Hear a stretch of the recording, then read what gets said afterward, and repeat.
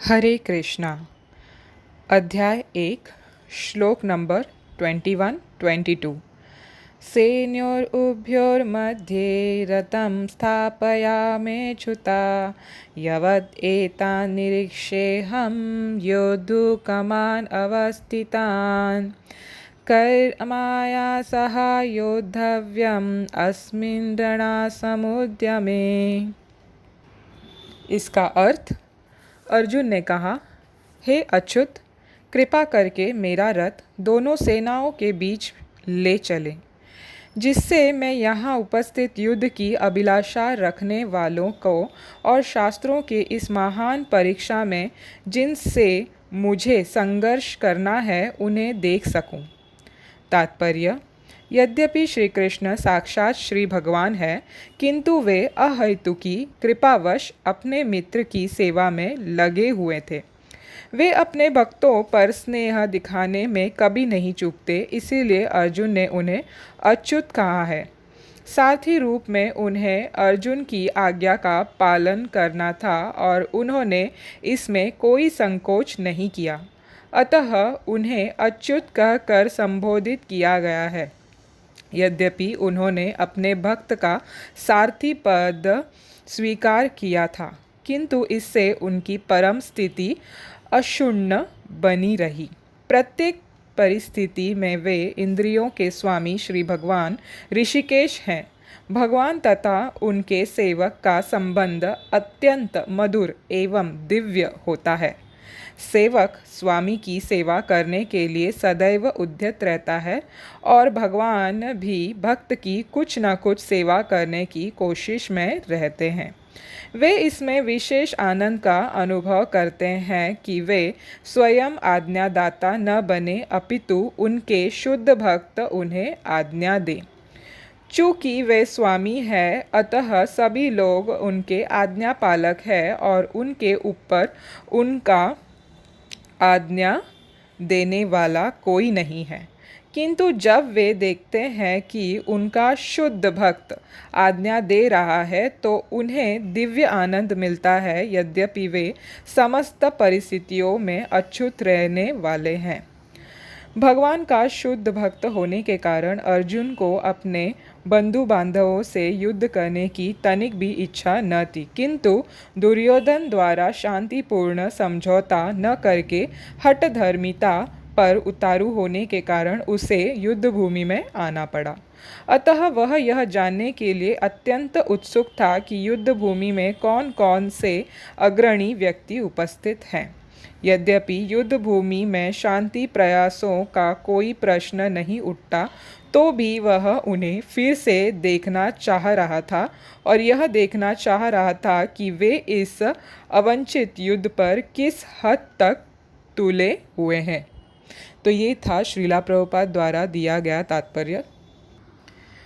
इस श्लोक के तात्पर्य में और इस श्लोक में भी दोस्तों श्रीला प्रभुपाद ने बहुत अच्छी तात्पर्य दी है, जिसमें उन्होंने भगवान के बहुत सारे गुणों का वर्णन किया है। इसमें से पहली लाइन में जो आता है अहेतुकी कृपावश, इसको इंग्लिश में कॉजलेस मर्सी बोलते हैं। ये इसको इसीलिए बोलते हैं, ये भगवान का बहुत बड़ा गुण है, बहुत बड़ा। मतलब हमारी कोई पात्रता नहीं है, हम बिल्कुल भी एलिजिबल नहीं है, इस दिव्य ज्ञान पाने के लायक नहीं है। हम में इतनी अवगुण भरी है, हम में इतना दोष भरा हुआ है कि ये चीज़ हम में घुसती ही नहीं है। बड़े से बड़े इंटेलेक्चुअल लोग भी आके बोलते हैं कि हमको समझ में ही नहीं आता भगवद गीता। तो इसमें आश्चर्य करने की कोई बात नहीं। हम सब शुरुआत के दिनों में किसी के भी दिमाग में ये चीज़ घुस ही नहीं पा रही थी, जबकि फिर हम सुन सुन के जब हम में पवित्रता आई तो तब जाके हम पे ये भगवान की कॉजलेस मर्सी हुई। हाँ दोस्तों, इसी को बोलते हैं अहेतुकी कृपा। मतलब विदाउट एनी कॉज भगवान ने हम पे कृपा किया है। हमारी कोई पात्रता नहीं है इसको लेने में, मगर भगवान इतने दयालु है, उन्होंने अपना कॉजलेस मर्सी अहेतुकी कृपा हम पे की है। दूसरी चीज़ यहाँ पे अच्युत, जो अर्जुन ने संबोधित किया है भगवान को, अच्युत का मतलब है कभी नहीं गिरने वाले, कभी नहीं चूकने वाले। इंग्लिश में इसको इनफॉलेबल कहते हैं। हम जो जीवात्मा हैं इस संसार में, हम फॉलेबल है। हम हर चीज़ में चूकते हैं। हमने किसी को वादा कर दिया, चूक गए उसमें। हमने किसी को वचन दे दिया, अपना शब्द दे दिया, वो शब्द भी हम लोग चूक जाते हैं करने से। और जो वचन दिया है वो भी हम मानते नहीं। कभी कभी बोलते हैं, अरे मैंने तो कहाँ वचन दिया था, वो तो मैंने ऐसे ही बोल दिया होगा यार, ऐसे थोड़ी ना होता है वचन देते। और मतलब अपने शब्दों पे कभी कायम नहीं रहते हम। अपने कार्यों का तो छोड़ ही दीजिए, उसका तो कुछ बोल ही नहीं सकते जब शब्दों पे ही हम कायम नहीं रहते। मगर भगवान, परम पुरुषोत्तम भगवान जब वादा करते हैं, जब कुछ संकल्प लेते हैं तो उसको पूरा करके ही रहते हैं, वो कभी नहीं चूकते। इसीलिए अर्जुन ने ये बहुत बड़ा उनको एक शब्द जो भगवान का जो गुण को, उनकी लीला को प्रदर्शित करता है यहाँ पे, वो है अच्युत, इनफॉलेबल, वो कभी नहीं चूकते। तो उन्होंने इसीलिए कृष्ण को अच्युत कहा है कि उनको पता है कृष्णा कभी नहीं चूकते और वो कभी गलत हो ही नहीं सकते, तो वो मेरा मार्गदर्शन बराबर से करेंगे। तो इधर उन्होंने इसलिए उनको अच्युत कहा है।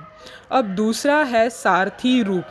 तो दोस्तों आप सोचिए ज़रा, ये महाभारत की अगर आपने सीरियल देखी होगी या कहीं चित्र देखा होगा, तो जहाँ पे अर्जुन रथ पे बैठे हैं, राजा महाराजा रथ पे बैठते हैं और सारथी नीचे बैठा होता है।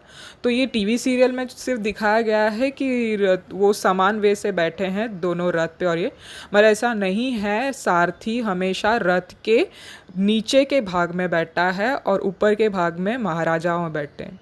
तो आप ज़रा सोचिए कि परम पुरुषोत्तम भगवान दिव्य है, जो ट्रांसीडेंटल है इस भौतिक संसार को लेके, वो अर्जुन के सारथी बन के रथ हाँक रहे हैं, नीचे बैठे हैं, नीचे घोड़ों के वहाँ पे बैठे हैं और वो रथ हाँक रहे हैं, और अर्जुन ऊपर रथ के ऊपर बैठ के उनको निर्देशन दे रहा है। और भगवान खुशी खुशी अपने शुद्ध भक्त का जो वचन है उसको मान रहे हैं, उसकी आज्ञा जो है वो पालन कर रहे हैं। तो ये आप बताइए मुझे, ये कौन से देवता या कौन से जीव या कोई इंसान ऐसे कर सकता है? आप सोचिए, टाटा, बिरला, अंबानी अपने नौकर को बोलेंगे तुम ऊपर बैठो और मैं नीचे बैठ के तुम्हारा कार चलाता हूँ? बोलेंगे? कार चलाएंगे कभी भाई पीछे बैठ जाओ? नहीं, नहीं बोलेंगे ये। तो इससे हमको ये पता चलता है कि भगवान में अहंकार बिल्कुल नहीं है, बिल्कुल नहीं। ये अहंकार हम जीवात्माओं में है, हम भगवान में नहीं है। तो भगवान पूरी तरह से, जब भक्त उनको पुकारते हैं तो पूरी तरह से उसको सहायता देते हैं और हमेशा उससे नीचे बन के भी उसकी मदद करने के लिए पूर्णता अग्रसर रहते हैं। दोस्तों, ये हमको कभी नहीं भूलना चाहिए कि भगवान सब कुछ ऐसे काम करके भी हमसे बहुत ऊपर है, बहुत ऊपर है। जो इंसान अपने आप को बड़ा रहकर भी अगर वो ऐसा काम करता है जो उसको नम्र बनाता है, तो उसकी पोजीशन नहीं गिरती, उसकी पोजीशन उल्टा ऊपर होती है, हाई होती है। वैसे ही आप सोच सकते हो कि भगवान, परम पुरुषोत्तम भगवान जब अपने भक्त का रथ हाँक रहे हैं तो उनको इतनी खुशी मिल रही थी कि वो अपने भक्त का आज्ञा मान रहे हैं। वो हमेशा सेवक के इसमें शुद्ध भक्त को कुछ ना कुछ सेवा करने के हेतु में देखते रहते हैं कि मैं कैसे मेरे भक्त को खुश कर सकता हूँ।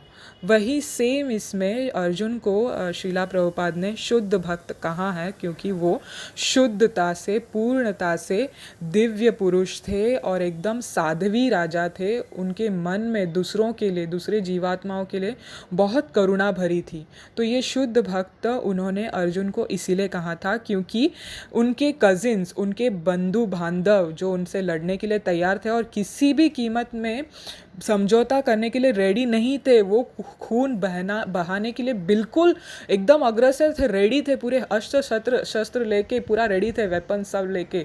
मगर अर्जुन के लिए उनके हृदय में बहुत करुणा थी। वो सोच रहे थे कि मैं इनको क्यों मारूं, ये मेरे भाई है, ये कम से कम सगे नहीं तो भी भाई है, मेरे कजिन्स हैं, तो ये कैसे मैं इनको मारूं? मतलब सोचिए आप कि कितने वो महान पुरुष है, कितने महान भक्त है कि उनके उनके मन में इतनी दया है दूसरों के तरफ। ये सिर्फ और सिर्फ एक बहुत ही नम्र और बहुत ही शुद्ध भक्त जो है भगवान का, वही सिर्फ ऐसे सोच सकता है, वही सिर्फ ऐसे कर सकता है, दूसरा कोई ऐसे सोच नहीं सकता है।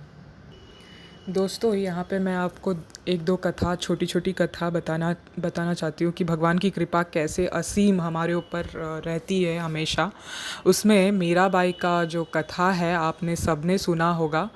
तो उसमें जब मीराबाई शादी करके राणा जी के साथ गई थी, तो उनके ससुराल वाले उनकी ये कृष्ण भक्ति बिल्कुल पसंद नहीं कर रहे थे, जबकि आप सबको पता था वो राजपूताना घर की थी, राजवाड़ा से थी, तो एक महारानी थी।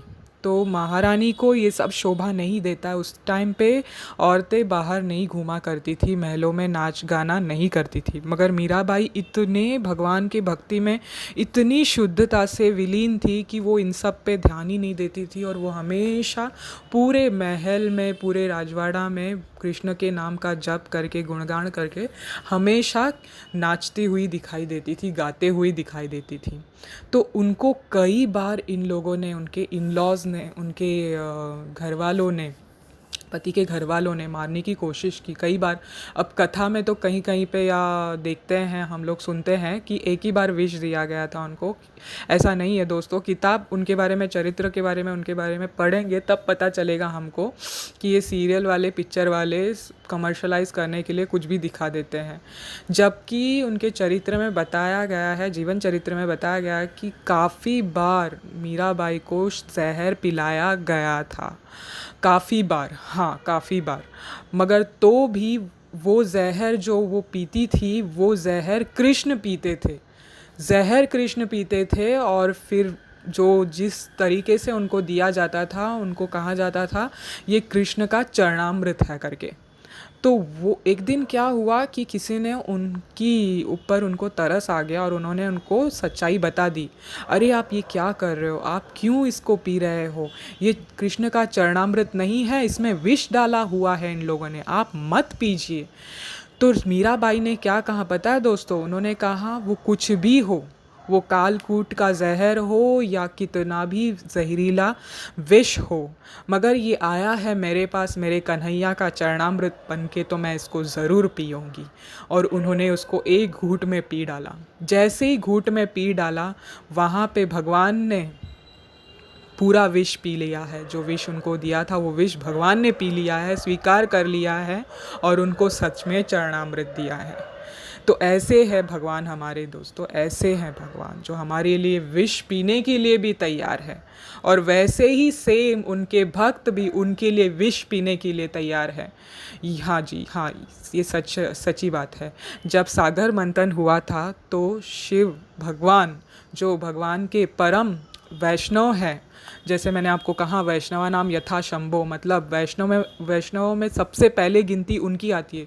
जो सागर मंथन हुआ था देवताओं और दानवों के बीच में, तो अमृत पहले नहीं निकला था। जब अमृत चाहिए था, अमृत पहले नहीं निकला था। क्या क्या पहले निकला था? विष निकला था। तो पूरे संसार में कोलाहल मच गया। सब बोले अब क्या करेंगे, अरे कहाँ जाएंगे। कालकूट जहर था, पूरे सृष्टि को विनाश कर रहा था। तब सब के सब विष्णु भगवान के कहने पे शिव जी के पास गए। शिव जी ने कहा मैं मेरे प्रभु के लिए जान देने के लिए भी तैयार हूँ, मैं इस कालकूट जहर को पी लूँगा। तब उन्होंने एक ही घूंट में उस कालकूट जहर को पी लिया। देखिए दोस्तों, कैसे कैसे महान है शिव जी। अपने मुकुंद प्रिय, अपने मुकुंद के लिए जहर भी पी गए। ये होता है भक्त और भगवान का प्रेम। भक्त अपने भगवान के लिए, अपने इष्ट देव के लिए कुछ भी करने के लिए रेडी रहता है, और सेम अदर वे भगवान भी अपने भक्त के लिए कुछ भी करने के लिए रेडी होते हैं। तो ये हमको कभी नहीं भूलना चाहिए दोस्तों कि हम पे भगवान की असीम कृपा हमेशा बनी रहती है, मगर हम ही उसको नहीं लेते हैं, हम ही उसके पात्रता नहीं बनते हैं। तो हमको उसका लायक बनना चाहिए, सोचना चाहिए कि भगवान ये हमारे लिए क्यों करते हैं। रोज़ सुबह हम उठते हैं, सूरज उगता है, रोज़ चंद्रमा की रोशनी से हम रास्ता देखते हैं रात को, पूर्णिमा के दिन जब हमको रास्ता नहीं दिखता है जंगलों में। रोज़ हमको ये निष्पाक हवा से हमको श्वासोश्वास हमारी जीविका चलती है।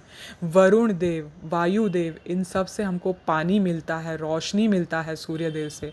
आप सोचिए कल को ये नहीं निकलेंगे तो क्या होगी हमारी गति। ये सब के सब भगवान के डर से चल रहे हैं, ये सब के सब भगवान के डर से चल रहे हैं।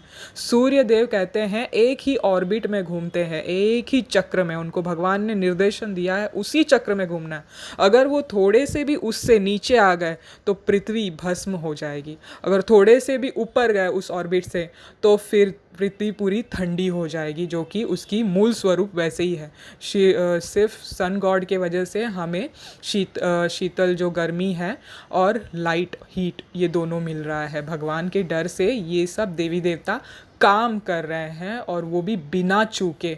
हमारे जैसे नहीं, आज आए काम पे कल नहीं आए, आज बीमार पड़ गए, आज ऐसा हो गया वैसा हो गया, कुछ काम में रहसर कसर रह गई। नहीं, देवी देवता हर चीज़ भगवान के निर्देशन से बराबर से करते हैं, बिल्कुल नहीं चूकते। हरे कृष्ण कृष्ण कृष्ण हरे हरे, हरे राम राम राम हरे हरे। श्री कृष्ण भगवान की जय। श्रीला प्रभुपाद की जय।